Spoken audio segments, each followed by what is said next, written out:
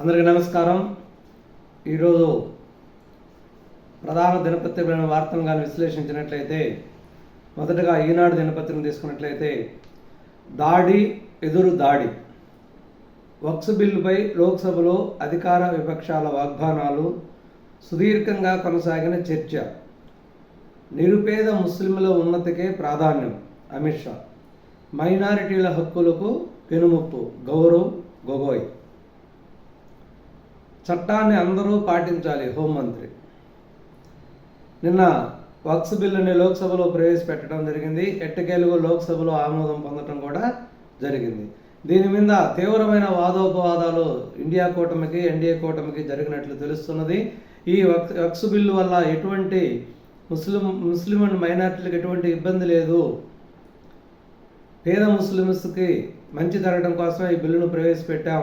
ఇప్పుడున్న వక్ఫ్ బిల్లులో చాలా లోపభూయిష్టంగా ఉంది. పార్లమెంటుని వక్ఫ్ సంస్థ పార్లమెంటును మాదన్నా కూడా అది చెల్లుతుంది. అటువంటి అన్నీ కూడా సవరించి మంచి బిల్లును ప్రవేశపెట్టాం. ఇది మైనారిటీలకు మేలు చేస్తుందని ప్రభుత్వం చెప్పటం, ఇది మైనారిటీలకి తీవ్రమైన అన్యాయం చేస్తుందని ప్రతిపక్షాలు దాడి చేయడం, ఈ వాదోపవాదాల మధ్య లోక్సభలో తీర్మానం మద్దతు పొందడం జరిగింది. 50 ఏళ్ల అవసరాలకు తగ్గట్లు టీటీడీని తీర్చిదిద్దాలి, సేవలో 100% మార్పు కనిపించాలి, ఇష్టరీతిన డబ్బులు ఖర్చు పెట్టొద్దు, అనుభవజ్ఞుల పేరుతో పాత వాళ్ళను కొనసాగించొద్దు, వాట్సాప్ సేవలు వెంటనే ఆరంభించాలి, సమీక్షలో సీఎం చంద్రబాబు. టీటీడీ మీద నిన్న ఒక సమీక్షా సమావేశం జరిగింది. అందులో టీటీడీ చైర్మన్ బ్రహ్మనాయుడు, అదేవిధంగా టీటీడీ దేవాదాయ శాఖ మంత్రి Anam Ramanarayana Reddy, EO Syamalarao, additional EO Venkaiah Chowdary అందరూ కూడా పాల్గొనడం జరిగింది. ఇందులో ప్రతి దాంట్లో మీరు ఉమ్మడిగా కూర్చొని సమిష్టి నిర్ణయం తీసుకోవాలి. ప్రతి నిర్ణయంలో కూడా మీరు దేవాదాయ మంత్రిని పరిగణలోకి తీసుకోవడం విచారకరం. ఖచ్చితంగా అందరూ కూర్చొని సమిష్టి నిర్ణయం తీసుకోవాలి. సేవల్లో 100% మార్పు కనిపించాలి, అనుభవజ్ఞుల పేరుతో పాత వాళ్ళని కొనసాగించరాదు, పూర్తిగా ప్రక్షాళన చేయండి అని ఆదేశించడం జరిగింది. ప్రాజెక్టులు అడ్డుకుంటే రెడ్ బుక్లోకి పేరు, వైకాపా వాళ్ళు పనిచేయరు, పనిచేయనివ్వరు, P4కు బయోగ్యాస్ ప్లాంట్ తొలి అడుగు, 5 ఏళ్లలో 25 లక్షల ఉద్యోగాలే లక్ష్యం, CBG ప్లాంట్ భూమి పూజలో మంత్రి లోకేష్ బాబు. నిన్న ప్రకాశం జిల్లా కనగిరి నియోజకవర్గం పీసీపల్లి మండలంలో CBG కంప్రెస్డ్ బయోగ్యాస్ ప్లాంట్ని రిలయన్స్ సంస్థతో కలిసి శంకుస్థాపన చేయడం జరిగింది. ఈ బయోగ్యాస్ ప్లాంట్ అనేది P4లో ఒక భాగం అని చెప్పుకోవచ్చు. ఎందుకంటే ఇక్కడ రిలయన్స్ సంస్థ ఈ CBG ప్లాంట్ పెట్టడం వల్ల చుట్టుపక్కల ఉండే రైతులందరికీ కూడా ఉపయోగకరం. రైతుల యొక్క భూముల్ని వాళ్ళైనా దీనికి ఉపయోగపడే ముడిసరుకైనటువంటి గిడ్డిని పండించైనా ఇవ్వచ్చు. మీరు పండించినట్లయితే టన్నుల లెక్కలో సంస్థ కొంటుంది, లేదంటే రిలయన్స్ సంస్థకి సంవత్సరానికి కౌలుగానే ఇవ్వచ్చు. సంవత్సరానికి 30,000 రూపాయల కౌలు వస్తుంది. ప్రభుత్వ భూములు అయితే 3,000, అదే ప్రైవేటు భూములు అయితే 30,000 వంతున కౌలు వస్తుంది. కాబట్టి అన్ని రకాలుగా ఇది ప్రజలకు చాలా ఉపయోగకరం. ఈ చుట్టుపక్కల ప్రజలందరికీ కూడా ఎంప్లాయ్మెంట్ సౌకర్యం కలుగుతుంది. ప్రత్యక్షంగా కానీ పరోక్షంగా కానీ కొన్ని వేల మందికి ఉపయోగకరంగా ఉంటుంది అని చెప్పడం జరిగింది.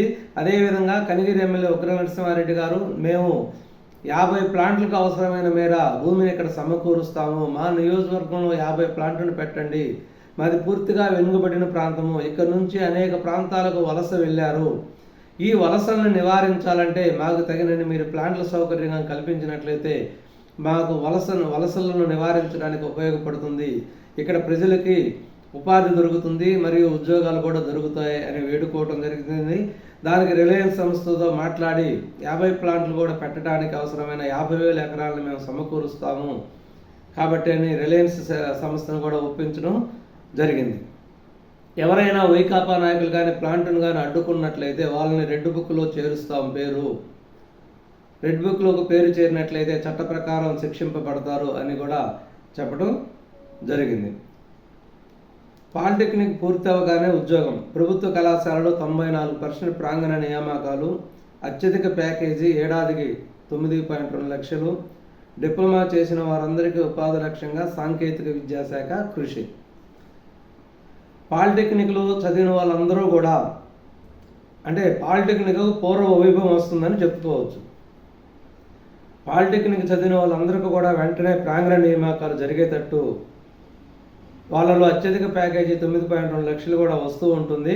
ఈ డిప్లొమా చేసిన వాళ్ళందరికీ కూడా ఉద్యోగం వచ్చేటట్లు సాంకేతికంగా విద్యాశాఖ కూడా కృషి చేయాలనే నిర్ణయం తీసుకోవడం జరిగింది. కోలాహలంగా కూటమి ఎమ్మెల్సీల ప్రమాణ స్వీకారం, 5గురు ప్రమాణం. 5 ఏళ్లలో 20,000 స్టార్టప్లు లక్ష్యం. నూతన ఆవిష్కరణకు ఏపీని కేంద్రంగా చేస్తాం. రతన్ టాటా ఇన్నోవేషన్ హబ్లో భాగస్వాములు కావాలి. పారిశ్రామికవేత్తలు, మేధావులకు సీఎం చంద్రబాబు పిలుపు. రతన్ టాటా ఇన్నోవేషన్ హబ్లో నిన్న హబ్ సమక్షంలో ఒక సమావేశాన్ని ఏర్పాటు చేయడం జరిగింది. ఈ సమావేశంలో వీడియో కాన్ఫరెన్స్లో టాటా చైర్మన్ చంద్రశేఖరన్ కూడా పాల్గొనడం జరిగింది. నూతన ఆవిష్కరణలన్నిటికీ కూడా ఏపీని కేంద్రంగా చేయాలి. ఈ రతన్ టాటా ఇన్నోవేషన్ హబ్లో అందరూ భాగస్వాములు కావాలి. పారిశ్రామికవేత్తలకు, మేధావులకు అందులో చంద్రబాబు పిలుపివ్వటం జరిగింది. స్టార్టప్ కేంద్రంగా ఏపీని మలుచుకోవాలి అని చెప్పడం కూడా జరిగింది. అదేవిధంగా ఆంధ్రజ్యోతి దినపత్రికను తీసుకున్నట్లయితే వక్స్ బిల్లుకు లోక్సభ ఓకే, 288 అనేది అనుకూలంగా, అంటే వక్స్ బిల్లుకు మద్దతు తెలియజేసినాయి. 232 ఓట్లు వక్స్ బిల్లుకు వ్యతిరేకంగా ఓటు చేయడం జరిగింది. వక్స్ కమిటీల్లో ముస్లింలకే ప్రాధాన్యం, అన్యమతస్థులకు చోటు కల్పించం. టీడీపీ విధానాన్ని స్పష్టం చేసిన బాబు. పార్టీ ఎంపీలతో కాన్ఫరెన్స్. టీడీపీ ప్రవేశపెట్టిన సవరణలు కూడా ఈ వక్స్ బిల్లులో ఆమోదించడం జరిగింది. ఈ వక్స్ కమిటీలో ఎట్టి పరిస్థితుల్లో కూడా వేరే మతస్థులను ఉంచడానికి లేదు. ఓన్లీ ముస్లిమ్స్ మాత్రమే ఈ వక్స్ కమిటీలో సభ్యులుగా వేయాలి, అన్ని మతస్థులను వేయరాదు అని టీడీపీ విధానాన్ని స్పష్టం చేసినటువంటి బాబు కాన్ఫరెన్స్లో ఈ విషయాన్ని ఎంపీలకి కూడా స్పష్టం చేయడం జరిగింది. వక్స్ బిల్లు పేరును ఉమీద్గా మార్చిన కేంద్రం.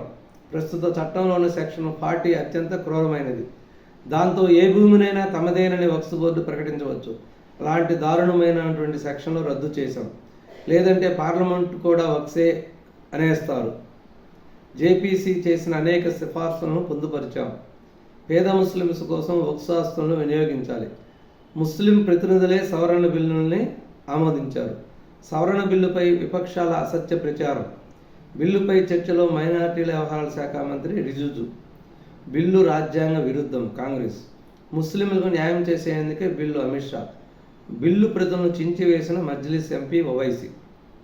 ఇందులో కొంత వాస్తవం కూడా ఉంది. ఎందువల్లంటే ఫర్ ఎగ్జాంపుల్ ఇప్పుడు ఈ పట్టణం తీసుకున్నట్లయితే అనేక కాలనీలకు సంబంధించిన ఆస్తులు కూడా వక్స్ భూమి కింద పడి ఉన్నాయి. ఇప్పుడు అక్కడ అమ్మాలన్నా కొనాలన్నా కూడా చాలా ఇబ్బంది అయిపోతుంది.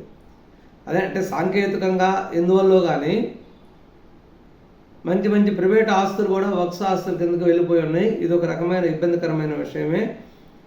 అంటే దాని గురించి అమిత్ షా గారు మాట్లాడుతూ పార్లమెంటు కూడా వక్స్ ఆస్తి అంటే కూడా చెల్లుతుంది, కాబట్టి ఇవన్నీ కూడా సవరించి కొత్త చట్టం చేశాము, దీనివల్ల ఎటువంటి అన్యాయం జరగదనే స్పష్టమైన హామీ ఇవ్వటం జరిగింది. వంశీ ఆదేశాలతోనే టీడీపీ కార్యాలయంపై దాడి. పట్టాభి వస్తారన్న సమాచారంతోనే దాడికి సన్నిద్ధం. ముందుగా నియోజకవర్గ వైసీపీ శ్రేణులకు పిలుపు. వంశీ కార్యాలయంలో సమావేశం. ఆయనతో మాట్లాడాకే రోడ్డుపైకి. సిఐడి విచారణలో వివరించిన వంశీ అనుచరుడు రంగా. అంటే గన్నవరంలో టీడీపీ కార్యాలయంపై దాడి కేసులో వంశీ ముఖ్య అనుచరుడు రంగాని అరెస్టు చేయడం జరిగింది. ఈ రంగాన్ని కస్టడీకి తీసుకొని విచారించినప్పుడు వంశీ ఆదేశాలతోనే మేము టీడీపీ కార్యాలయంపై దాడి చేశాము, పట్టాభి వస్తారన్న సమాచారంతో మేము దాడి చేయడానికి సన్నిద్ధమై ముందుగా వంశీ కార్యాలయంలో సమావేశమైనాము, వైసీపీ శ్రేణులందరికీ పిలుపునివ్వడంతో అందరూ అక్కడికి వచ్చారు అని చెప్పి సిఐడి విచారణలో చేసినటువంటి పనులను అంగీకరించినటువంటి రంగా. కాకా అని దాగుడు మూతలు. హైదరాబాద్లో పోలీసులకు దొరకకుండా మాయం. దీంతో సమీప బంధువులకు నోటీసు అందజేత. నేడు నెల్లూరులో విచారణకు రావాలని ఆదేశం. ఇప్పటికే 2 సార్లు డొమ్మ. పోలీసులు సీరియస్. నూతన ఆవిష్కరణ హబ్గా ఏపీ. రతన్ టాటా ఇన్నోవేషన్ హబ్ భాగస్వామ్య సదస్సులో స్పష్టం చేసిన చంద్రబాబు నాయుడు. అదేవిధంగా ప్రభుత్వ దర్యాప్తుపై పూర్తి నమ్మకం ఉంది. అత్యుత్సాహంతో చేసే సొంత దర్యాప్తులు ఆపండి. ప్రవీణ్ మృతిని రాజకీయాలకు వాడుకోకండి. మత సామరస్యాన్ని దెబ్బతీయకండి. పాస్టర్ ప్రవీణ్ సోదరుడు సతీమణి వినతి. గత 10 రోజులుగా ఆంధ్ర ఉమ్మడి రాష్ట్రాలని అట్టుడికిస్తున్నటువంటి పాస్టర్ ప్రవీణ్ హత్య కేసులో కొంతమంది అత్యుత్సాహం అనేది తీవ్ర ఇబ్బందికరమైంది.